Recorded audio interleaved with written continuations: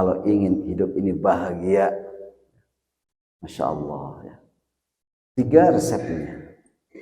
Kalau kita memiliki dengan ilmu ini, yang pertama adalah perbanyak kita dengan bersyukur segala nikmat yang Allah berikan kepada kita. Yang kedua, kata Ibnu Qayyim al-Jauziyah, kita berbanyak dengan bersabar ketika ujian musibah menimpa kita. Dan yang ketiga adalah di dalam jiwa kita, di dalam diri kita itu ternyata ada 3 potensi. Catat, ini harus dicatat. 3 potensi yang ada dalam diri kita itu harus kita jaga, harus kita rawat. Karena seperti kaljasadil wahid. Jadi satu bagian tubuh yang tidak bisa terpisahkan dari satu sama yang lain. Saling bergantungan satu dengan yang lain. Apa 3 potensi yang ada pada diri kita masing-masing? Yang pertama adalah jasad kita, fisik kita. Yang kedua adalah akal kita. Dan yang ketiga adalah hati. Jadi 3 hal ini tidak bisa dipisahkan oleh kita. Jasad, fisik, asupannya adalah makanan, minuman, siapapun kita adanya. Ya. Tidak disyariatkan orang ini kemudian secara dawam terus-menerus berpuasa. Rasul pun, ana basarun mislukum yuha ilayya, aku manusia biasa. Tidak boleh puasa dawam terus-menerus. Aku juga suka berbuka. Ya. Jadi fisik ini, jasad ini asupannya adalah makanan dan minuman. Tapi jangan terus juga kita makan dan minum. Ada saat-saat kita hidupkan sunnah Rasulullah SAW dengan saum, dengan puasa. Bukankah kata Rasulullah, saumu tasimu, puasalah. Supaya kita juga bisa sehat. Bahkan ketika kita pulang ke rumah, kalau tidak seperti hari Jumat ini buka lapak di situ, ya, kita tidak dapatkan makanan di rumah. Rasul pulang kepada istrinya ketika dia tidak dapatkan makanan yang dia bisa makan di pagi itu, di siang itu, maka Rasulullah SAW itu kemudian berpuasa. Ini seperti itu halnya. Jadi kalau para bapak-bapak pulang ke rumah tidak ada makanan yang kita bisa makan, jangan sampai terjadi piring terbang, ya, segala dialungkan, segala dibebetkan. Itu belum masuk syarat sebagai pejuang subuh. Jadi syarat pejuang subuh itu tidak seperti itu. Jadi poin yang pertama adalah jasad ini ada perlu makanan dan minuman. Dan makanan dan minuman ini tentu sumbernya adalah yang halal, yang maslahat, yang kemudian bisa menghantarkan kita ada keberkahan dalam kehidupan kita. Wa ma min zabatin fil ardi illa 'ala Allahi rizquha. Tidak ada binatang melata pun di muka bumi ini, semuanya sudah ada dengan kadar rezekinya. Tuh, lagi-lagi disebut kadar rezekinya. Alhamdulillah. Aing disebut. Yang kedua adalah apa potensi yang ada pada diri kita selain fisik, makanan yang masuk dalam diri kita adalah akal. Lalu akal itu apa asupannya? Akal itu harus dengan ilmu. Jadi para pejuang subuh sudah makan, kita berenergi, punya tenaga, punya kekuatan, kita duduk di majelis ilmu ini, tidak dipungkiri. Kita hari ini akal kita dibekali dengan ilmu. An-nasu kulluhum mayyitun illa 'alal ilmi wal amalan shalih. Semua manusia itu mati kecuali orang yang berilmu dan ilmunya itu kemudian diamalkan. Artinya kita hari ini diisi akal kita dengan ilmu. Sehingga dengan ilmu ini beda kelas. Beda kelas. Ya. Dengan ilmu ini beda kelas, kita ini beda kelas. Dengan ilmu yang kita miliki ini, insya Allah kita bisa membedakan dengan akal kita ini. Mana yang benar, mana yang batil, mana yang hak, mana yang batil. Dan dengan akal ini pula, para pejuang subuh, para suami-suami ini bisa membedakan dong. Mana istri saya, mana yang bukan istri saya. Kan gitu. Setuju? Tong dibaliknya.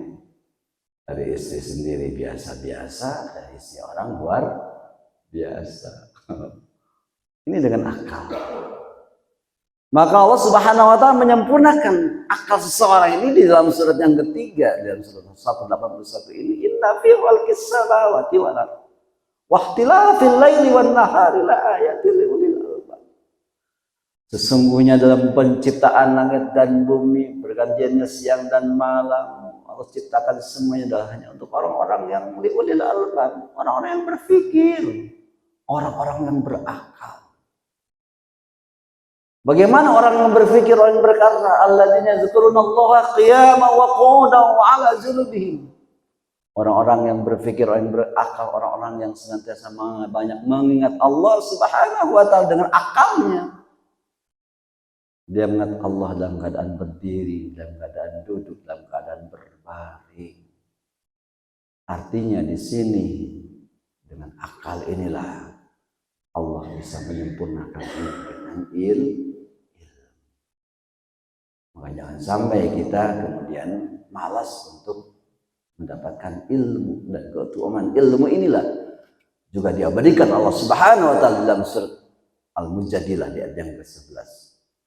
Yarfa'illahu allazina amanu minkum wallazina utul ilma darajat. Allah sesungguhnya akan mengangkat di antara orang-orang beriman adalah orang-orang yang berilmu, derajat yang lebih tinggi dibanding orang yang tak berilmu.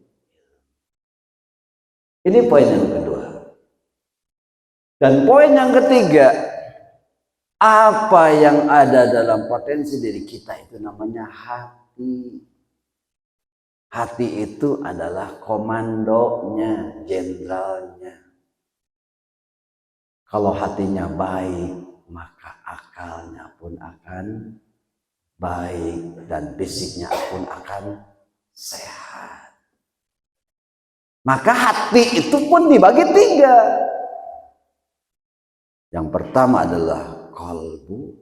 Maaf, ini bukan kalbu ya. Kalau qalbu itu hati. Ganti dengan kalbu. Maaf, itu bahasanya, bahasa Arab itu jadi gogong. Bukan kalbu, tapi qalbu. Yang pertama, qalbun salim. Yang kedua, qalbun marid. Yang ketiga, qalbun mayit. Tuh ya. Jadi hati pun dibagi tiga. Pertama adalah qalbun salim, hati yang bersih, hati yang sehat. Maka beberapa tahun ke belakang, Pak Agim yang pernah ngisi kajian di masjid yang kita cintai ini, lewat lirik lagunya, jagalah hati, jangan kau kotori, jagalah hati, lentera hidup ini, jagalah istri, jangan kau sakiti, tangisnya istri, tangisnya bidadari. Nah itu. Masya Allah. Takbir. Di qalbun salim ini hati yang sehat, hati yang bersih, hati yang selamat. Hati yang senantiasa berinteraksi dengan Allah dan senantiasa berhusnuzon dengan keputusan Allah Subhanahu wa taala. Insya Allah para pejuang subuh ini adalah hatinya adalah hati yang bersih, hati yang senantiasa diberikan oleh Allah berbagai kemudahan untuk beribadah kepada Allah Subhanahu wa taala. Ini yang kedua, qalbun marid. hati yang sakit, hati yang punya penyakit. Ini jadi mati ini.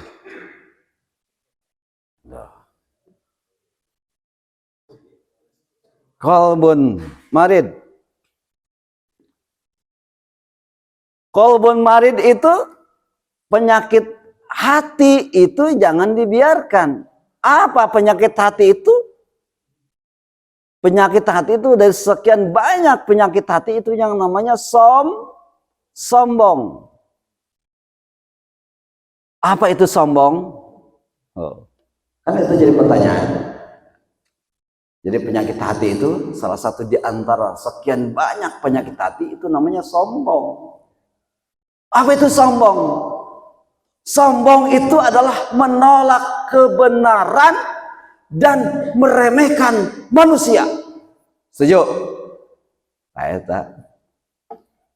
Jadi sombong itu adalah menolak kebenaran dan meremehkan manusia. Ada beberapa fase dari sombong bertingkatan. Pertama, sombong karena fisik.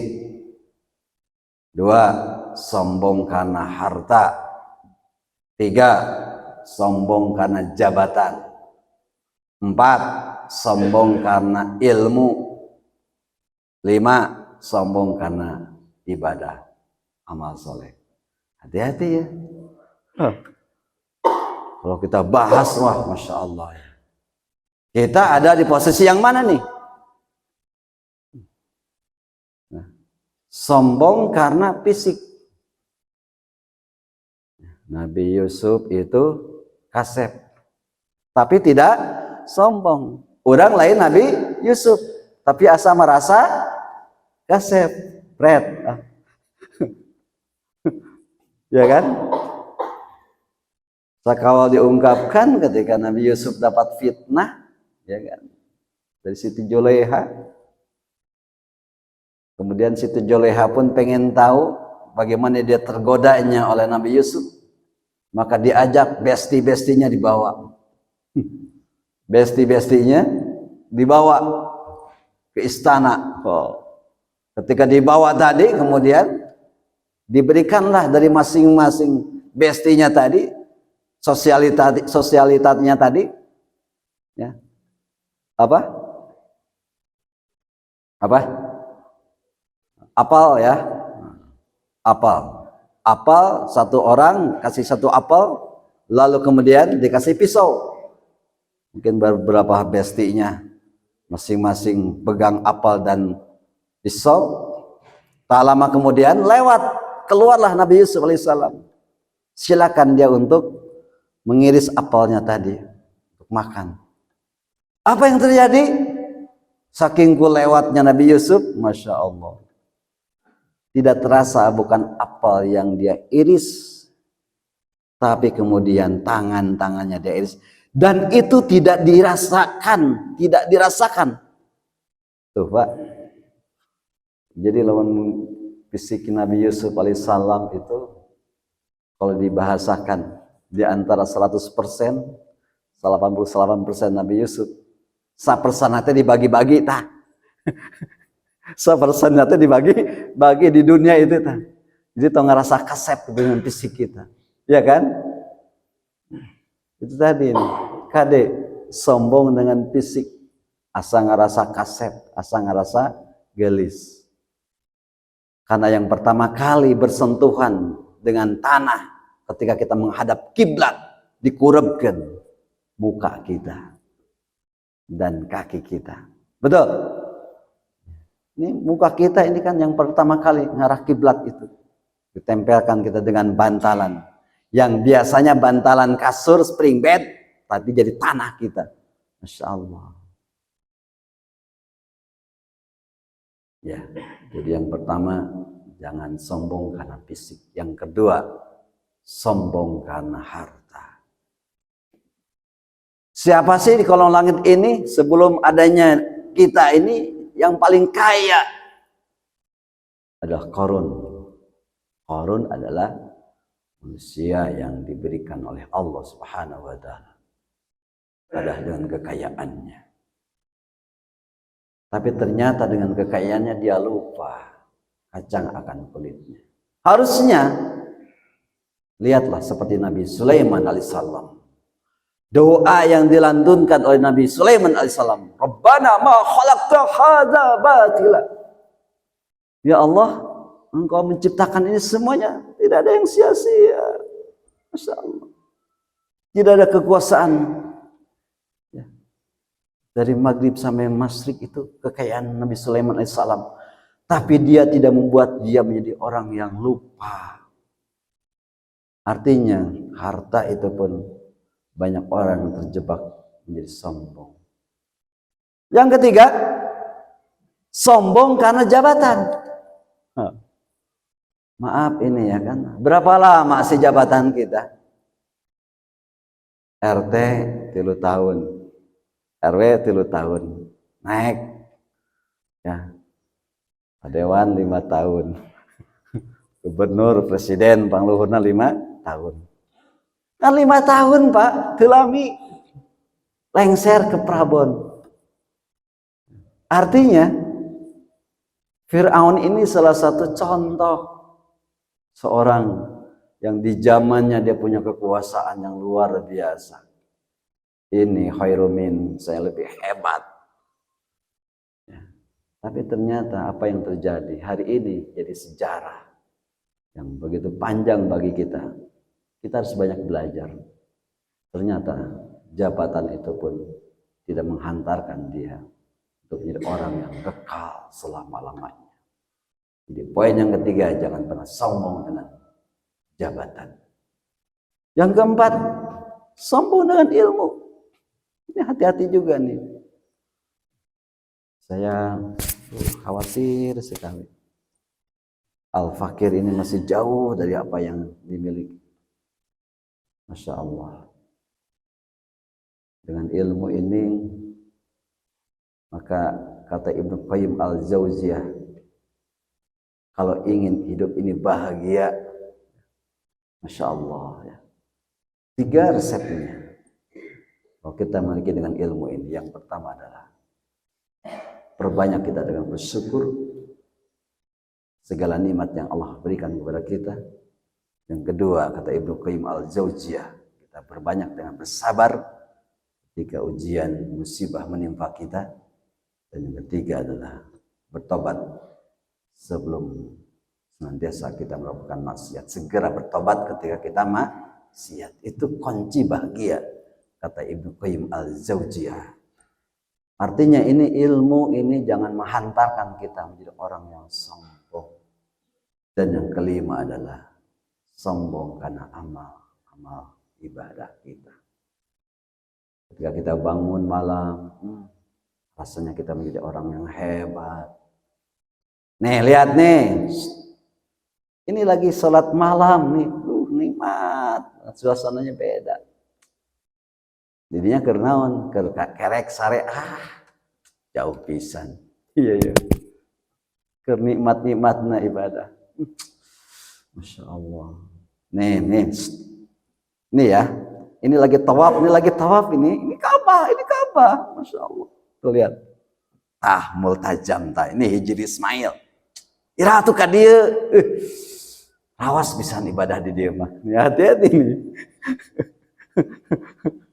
Hati-hati ini. Sombong karena ibadah umpama kita. Karena ini yang kemudian bisa menggelincirkan kita. Karena tadi kata bahasa sombong itu adalah menolak kebenaran dan kemudian meremehkan manusia. Lalu yang terakhir, yang ketiga, qalbun mayit, hati yang sudah mati. Ini parah Pak.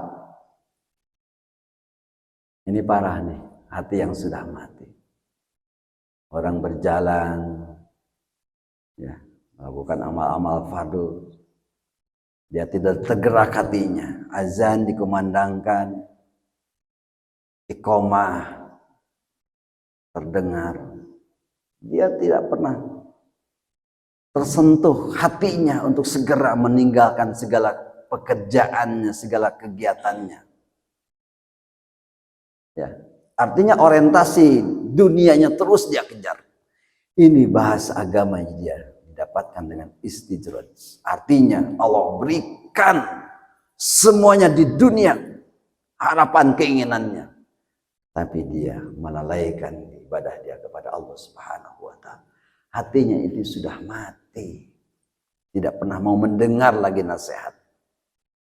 Ya. Ini yang paling bahaya. Ketika hatinya sudah mati, maka apa yang terjadi?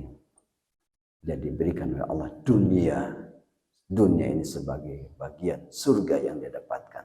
Tapi maaf, di akhirat dia tidak dapatkan apapun juga.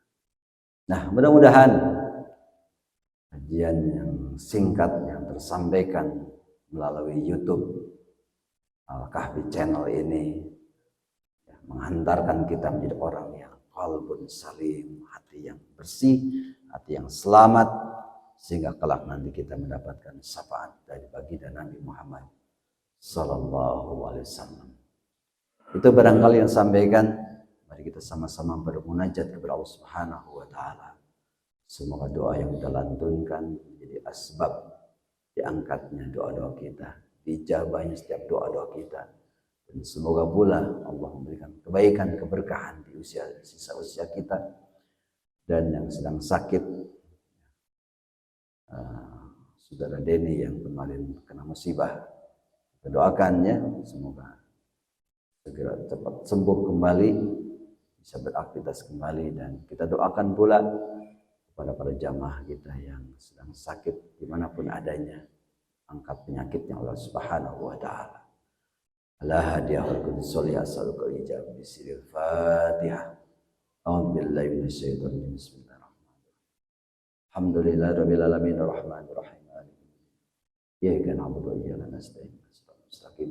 Shiratal ladzina an'amta 'alaihim ghairil maghdubi 'alaihim. Syakirin hamdan naimin hamdan yafina kafi masjidah. Ya Rabbana kal hamdu kama yanbaghi li jalika sultan. Allahumma shalli ala sayyidina Muhammadin salatan tanjina biha jami'al hajjat wa tudahhiruna biha jami'is sayyi'at wa tarfa'na biha indaka darajat wa tuballighuna biha sallallahu min jami'il khairati fil hayati wa abadan. Allahumma ighfir lil mu'minina wal mu'minat wal muslimina wal muslimat al ahya'i minhum wal amwat birahmatika ya arhamar rahimin. Rabbana hab lana min azwajina wa dhurriyyatina qurrata a'yun waj'alna lil muttaqina imama. Rabbana atina fid dunya hasanah wa fil akhirati hasanah wa qina azaban nar. Sallallahu ala sayyidina Muhammad wa ala alihi wasallam. Subhana rabbika rabbil izzati amma yasifun wa salamun alal mursalin. Alhamdulillahirabbil alamin. Alhamdulillah, demikian disampaikan. Kurang lebih mohon maaf. Mari kita akhiri dengan berdoa kifaratul majlis. Alhamdulillahirabbil alamin. Subhanakallahumma wa bihamdika asyhadu an la ilaha illa anta astaghfiruka wa atubu ilaik. Wallahu muwaffiq ila thoriq. Assalamualaikum warahmatullahi wabarakatuh.